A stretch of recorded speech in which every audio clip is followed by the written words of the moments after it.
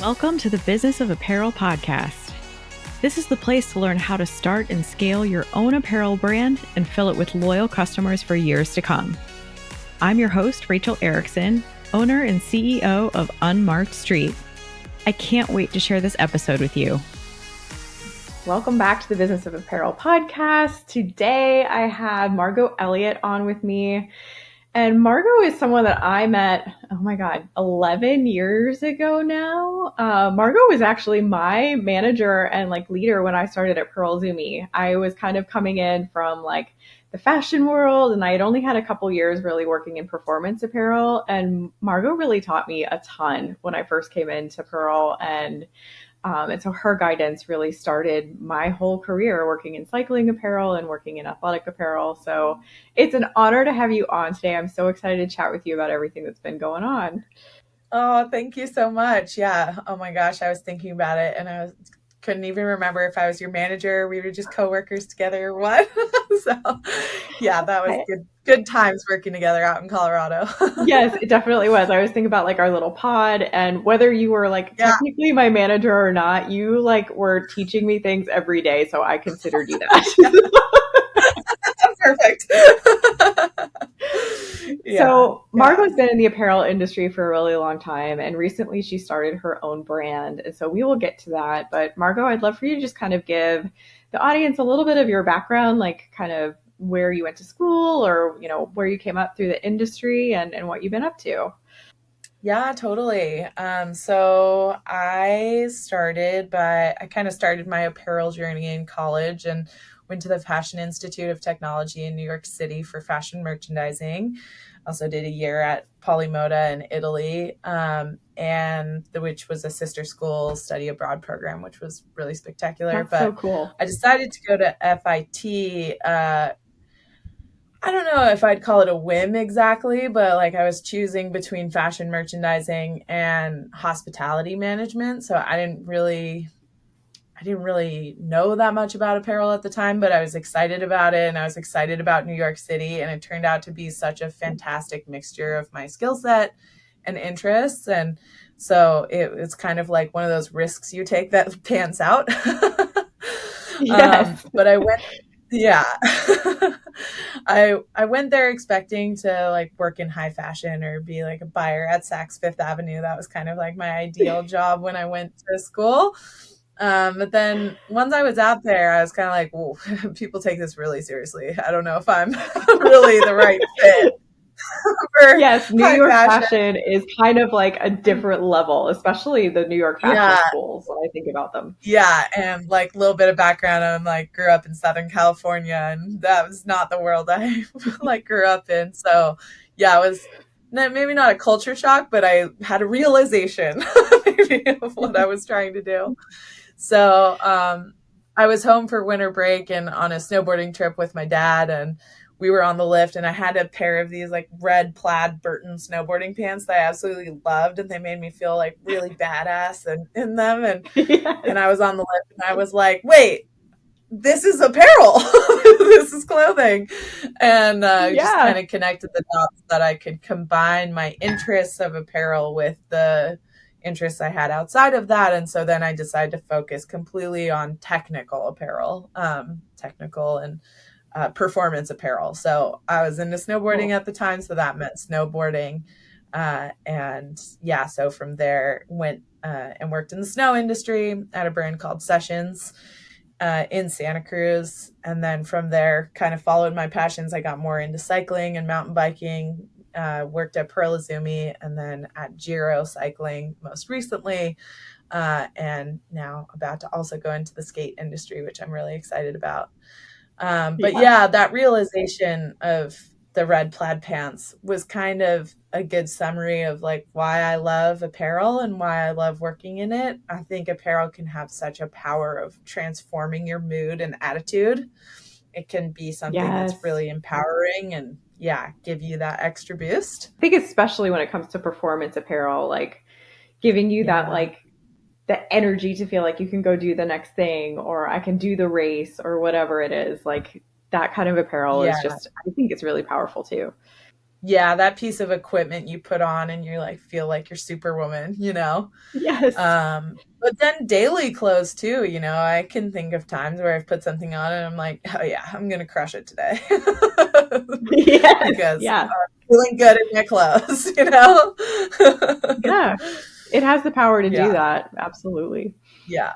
I know you've been at Giro for a really long time and you went through this epic journey, like doing, how many miles did you end up doing mountain biking? And there was a big story about you while you were at Giro doing that.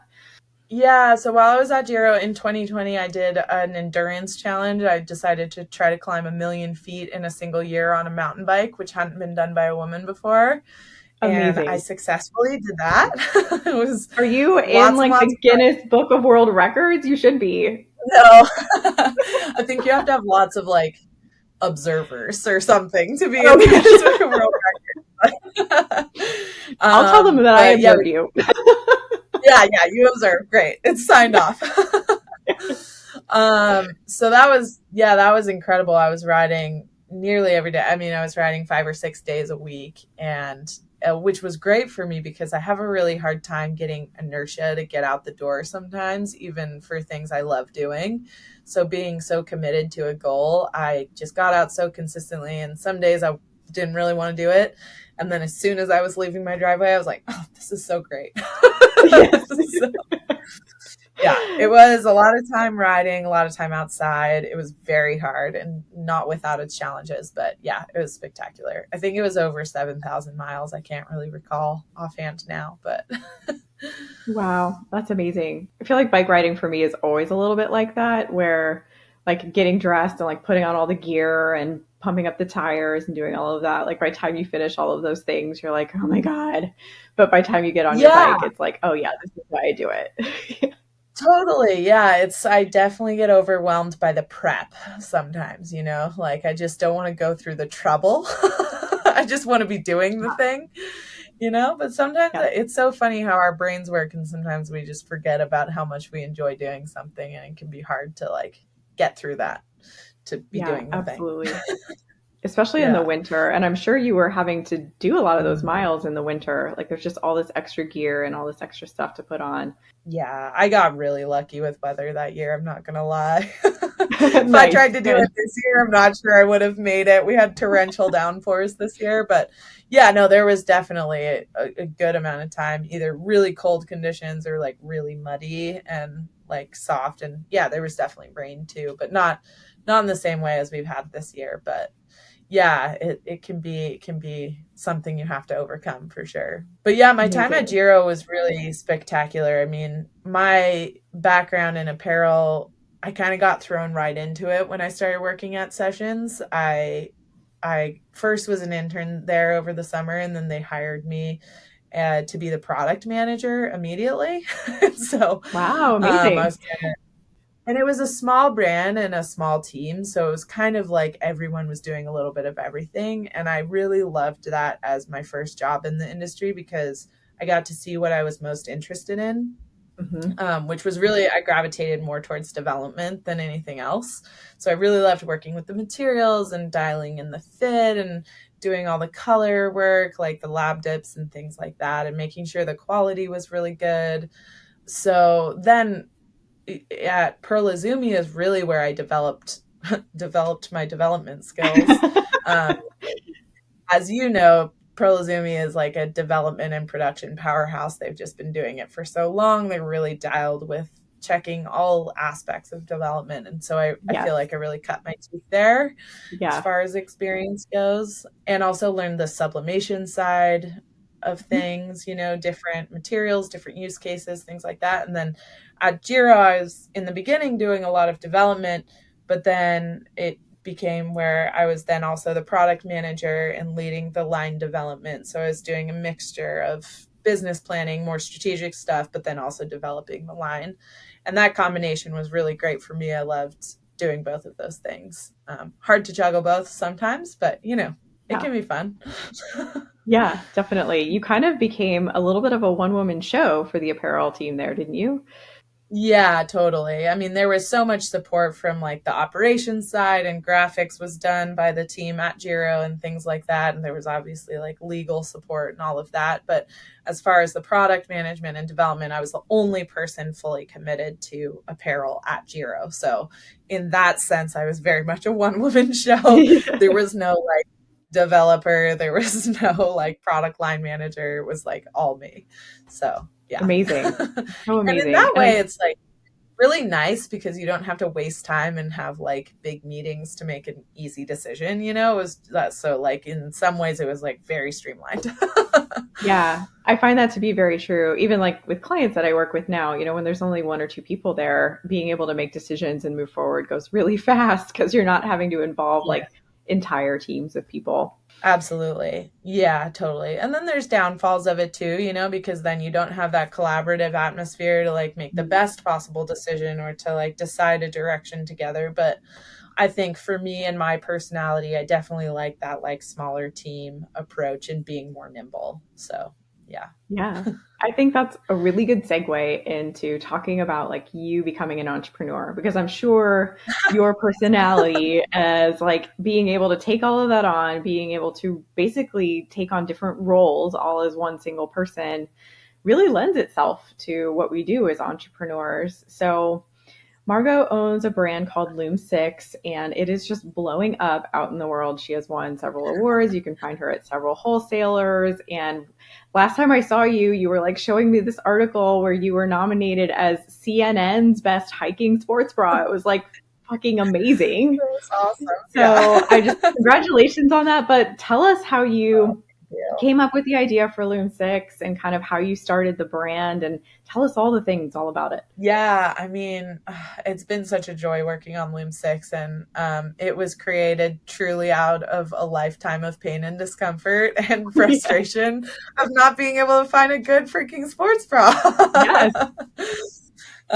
So yeah, as an active woman myself, like I've tried so many different ones, and like have this one that's okay for this thing, but like it's irritating in this way, like there's little compromises in every single one or big pain points and irritation in others. And Yes. I'm larger busted. And so compression and support is super important for me. And it just felt like brands were not making what I needed. And it didn't feel like because I'm in apparel and because I'm in technical apparel development, I know there's better fabrics. I know there's better ways of making things. And so to be a consumer in need with the knowledge that there's a better way and not seeing it happening was really frustrating for me. And the idea really came to fruition at a time where I was experiencing a high level of pain and discomfort. Like I was getting knots in my shoulders and back. I was doing a lot of training for mountain bike racing and getting like the bra like really digging in also. And I was just like, that's it. Like I'm just gonna try to make the best bra ever. That's Even a if it's just great for way me. to do Like, I it. hope Yeah. other people like it, but I'm just gonna try to make one and see how it goes. So yeah, it was really born from that. And then also just as it's evolved, I don't think I realized this at the time necessarily when I thought of the brand, but there's really in every category of apparel a premium version of that thing. Like a ski jacket, there's a whole range. There's the best one you can get, and then there's the entry level one. And I really don't feel like that exists for sports bras. Mm. There's kind of like a cheaper tier and then kind of this middle tier that the rest are living in. And I didn't feel like there was an excellent execution of a sports bra, like with the best materials, best construction. And I think that speaks to there being like a lot of men in these brands that advocate for the cool gear that they want to have, but they don't care about sports bras. And I know Yeah. there are women in these companies who care and want these things, but like I think you get into the typical apparel industry like SKU rationalization and like, oh, let's add adjustability so it works for everybody sort of Yep. discussions. And just being in apparel, I think I could hear the conversations happening in these brands that make the product worse and that we're not serving the end consumer. Yeah. And so I was like, I maybe, think I've been in a couple of those conversations where like certain women would come to the table and say, I want to put a sports bra on the line. And like almost immediately it's just nixed for whatever yeah, reason. We don't think we can sell those. We don't think we can develop them right. We don't think whatever.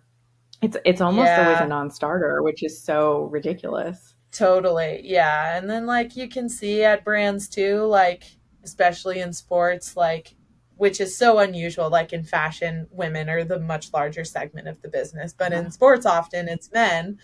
And so then you get this comparison of like, oh, well, we only sell 30% of this style versus like the men's style. We sell so many more. So like we shouldn't even sell the women's style. It's like, Mm. come on, don't we want more women doing sports? Don't we want to speak to women so they feel empowered and we have the products they need? Like, let's Oh my God. invest in people. So, Yeah.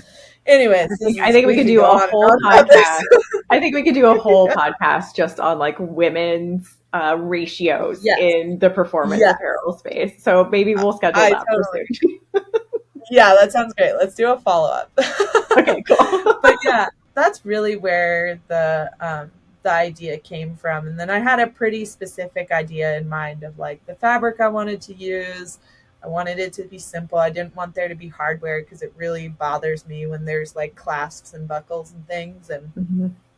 in a way that makes it like a narrower grouping that the sports bra will work for because it's not adjustable. But for me, my philosophy is if I make something that works okay for everyone, it's not going to work amazing for anybody. You know, it's Oh, going to I be love this like that. middle of the road kind of one stop shopping. So, anyways, I went down that. So that was in early 2019, maybe.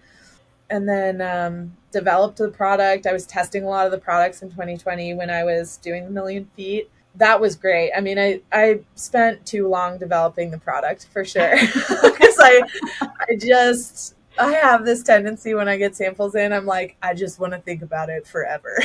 Yeah. Yeah. And you And totally can. Like that's absolutely like every you little can, yeah, nuance and you can try to perfect yeah. everything. Yeah. At some point, you have to just make a decision and move Yes. forward. Yeah. But I'm glad I wasn't trying to rush it either because then I really tried different things. Like at one point, I was thinking about adding adjustability. And so I tried it in different ways and couldn't get it to work the way I wanted to. At one point, I was really questioning the durability of bonded seams. So I made Mm, up this crazy sample. I wish I had it, where half of it was bonded seams and the other half was stitched, like binding, that's basically. cool. What a good idea. And yeah, so like I could feel on me like what is the difference in experience, and the bonded seams were just so much better that I was like, oh, yeah, Yeah. not even considering stitched anymore. So that was great. I spent 3 years developing it, and have two models, a medium impact and a high impact. But I would say like ours are still more compressive than most sports Hmm. bras. So for like smaller chested, like the medium impact is great for running too.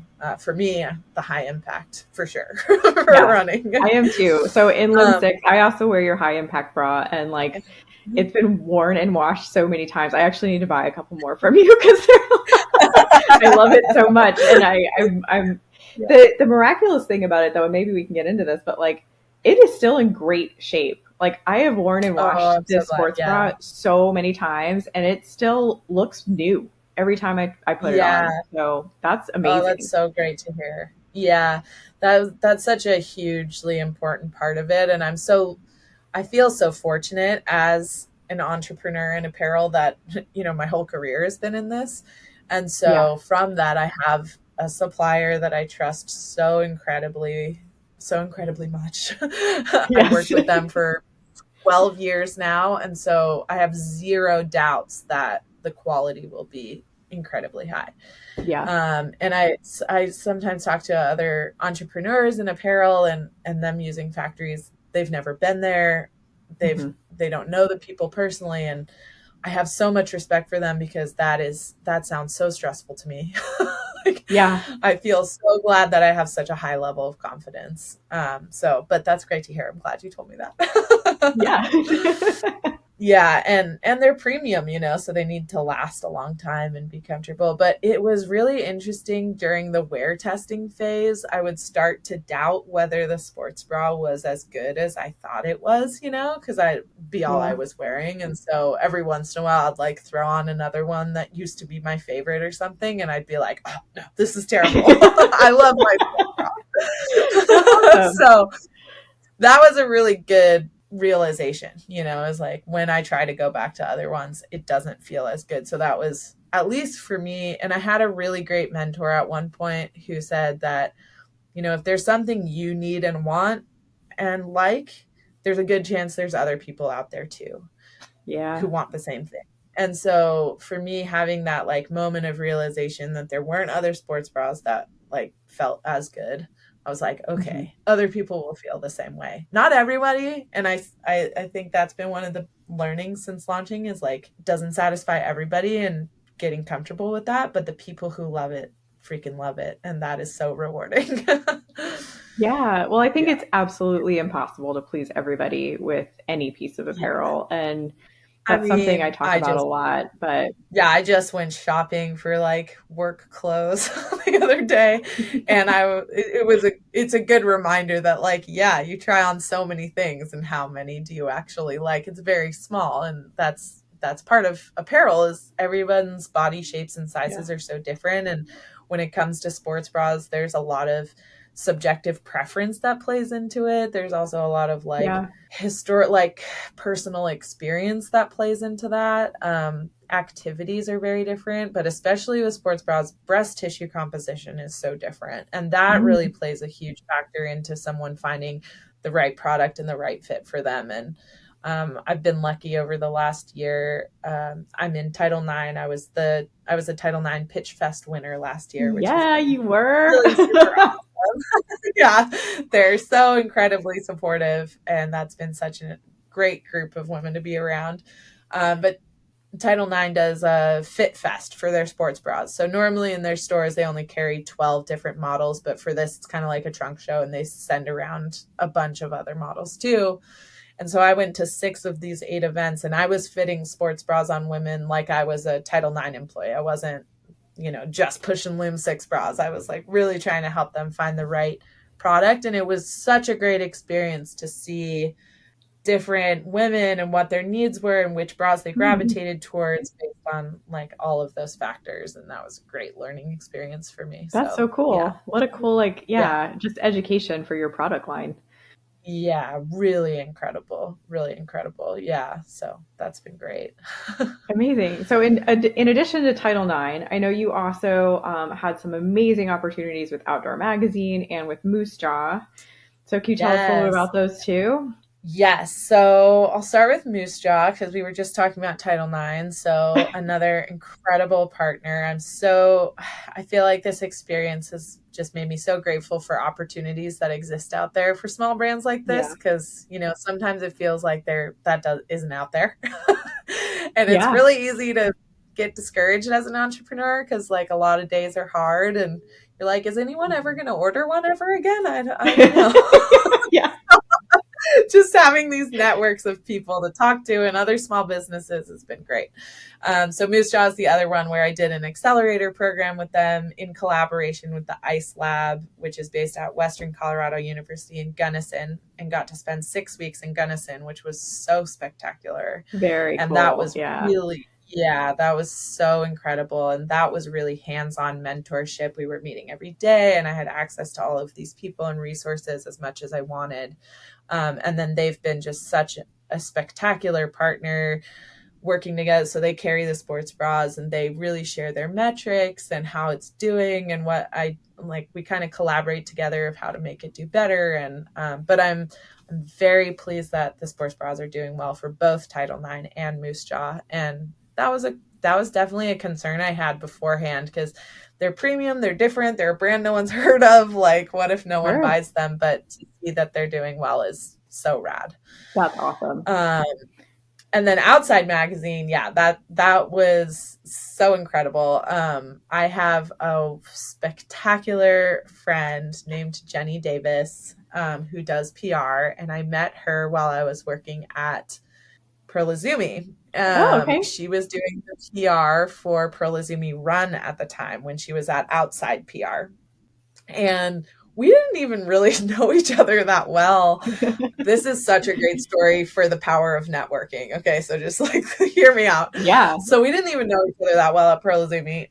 And then I was at Outdoor Retailer for Giro a couple years later and walking the halls, and I just walk by and I see this woman and I was like, I recognize her. So I do like the back turn to like look at her, and she does the back turn at the exact same time. And we're like, we know each other from somewhere. And we couldn't place it at first. And then we were like, oh, Pearl. Okay. Yeah, that makes sense. And she was, I think she was doing in-house PR at North Face at the time or something. So super random. We just kept in touch. I'd send her helmets. She'd send me like a backpacking tent. Like we just kept in touch every once in a while. So when it got close to launching the brand, I reached out to her just to ask advice. Like, I'd love to get the word out. What is a good media kit like? How do I reach out to editors like authentically and all of this stuff? And she just is she's my guardian angel, I swear. So she helped me with my press release. She helped me figure out where to put it, so I got good eyes on it, helped coordinate the communication with editors. And from that, so much positive media has come about, not only Outside Magazine, but Gear Junkie. Mary Murphy at Gear Junkie has been incredible. And CNN obviously has been wonderful. And so, yeah, that's how all that stuff came about. So that's amazing. Not on my own.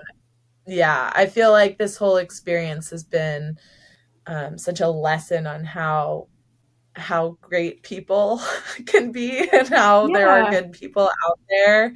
Yeah, just reaching out to your community and how meaningful that can be, you know? Yeah, I totally agree. I feel like people come out of the woodwork just when you like really need them to, but don't expect it. And even like on, the contracting side for Unmarked Street, like we've even had people that like, I had someone who I had never met before, but kind of had a couple of phone calls with like many years ago, was the number one person who sent me referrals during my first year. And it was just like, you just never know who's going to end up being that right networking person. So yeah, that's such a good example of it. Yeah. And it's so interesting. Like, I wouldn't say I was a huge community person beforehand. I'm just kind of like a lone wolf kind of person who cares about people, but I'm kind of on my own.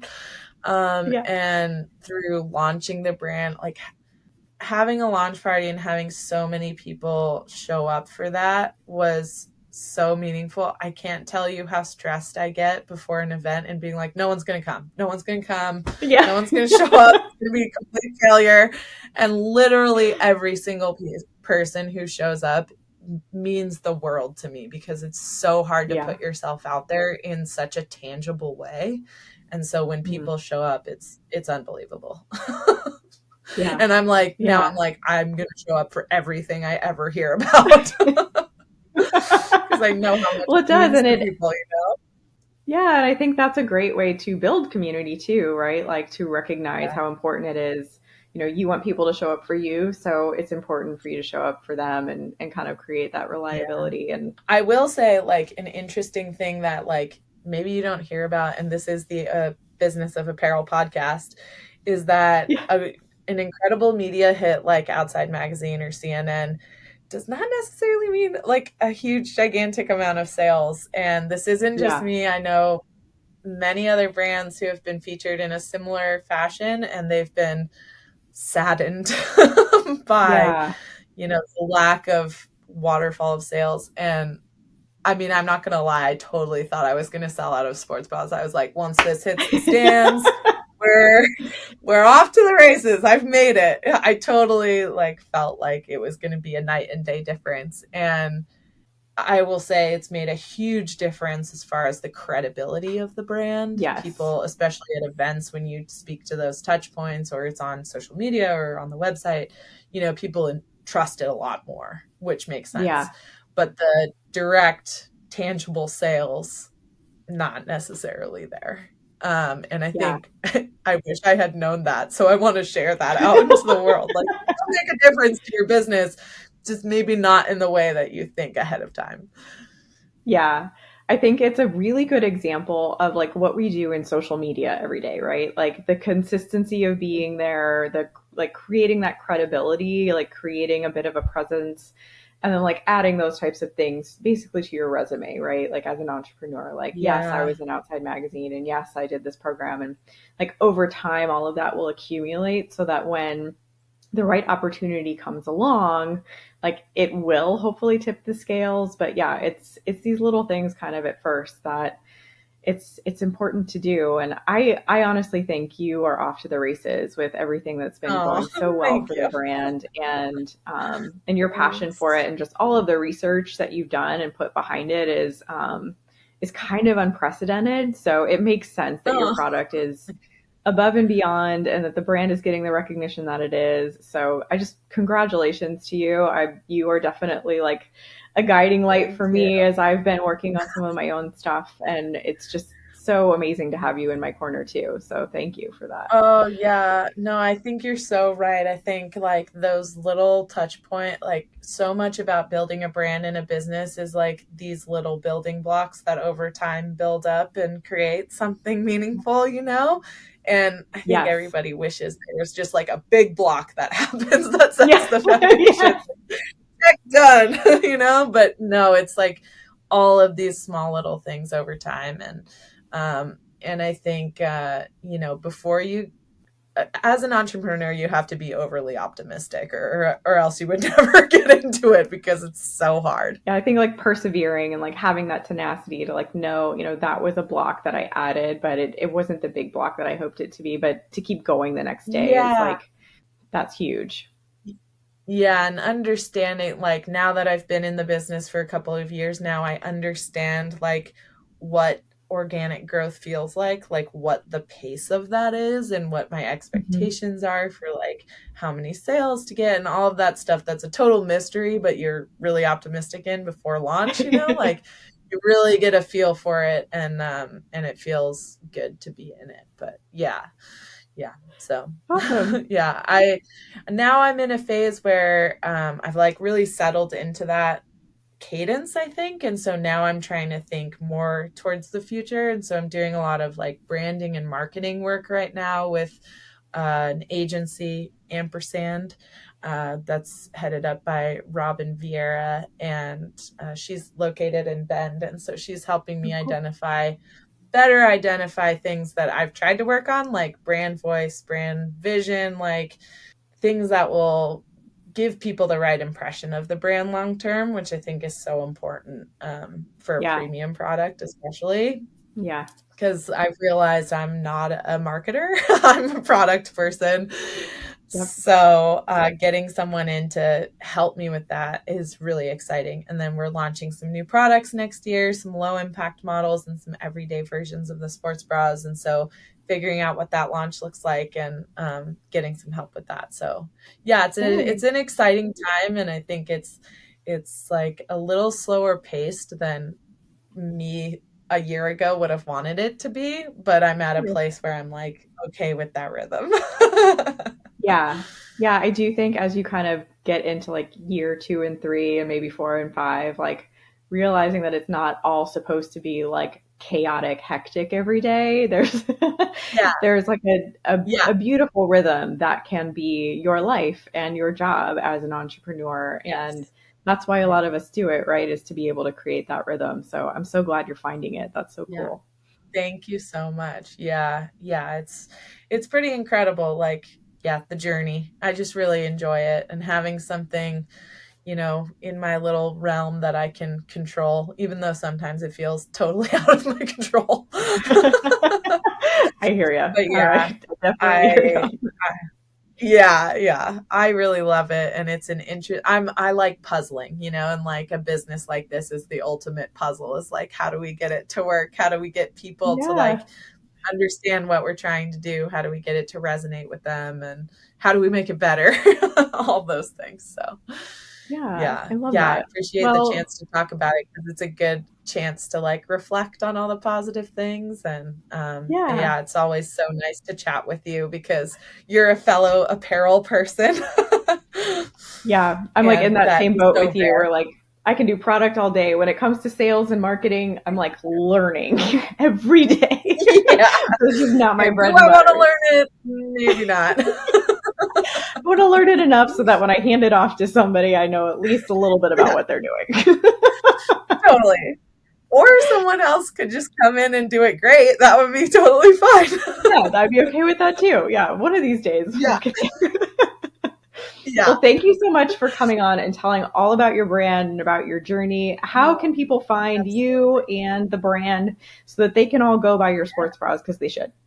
Yes. So if you want to check out the sports bras, definitely go to lume6.com. If you're not seeing what you want there, definitely check out Title IX or Moose Jaw, or just go straight to them because they're amazing partners and I want them to do super well also.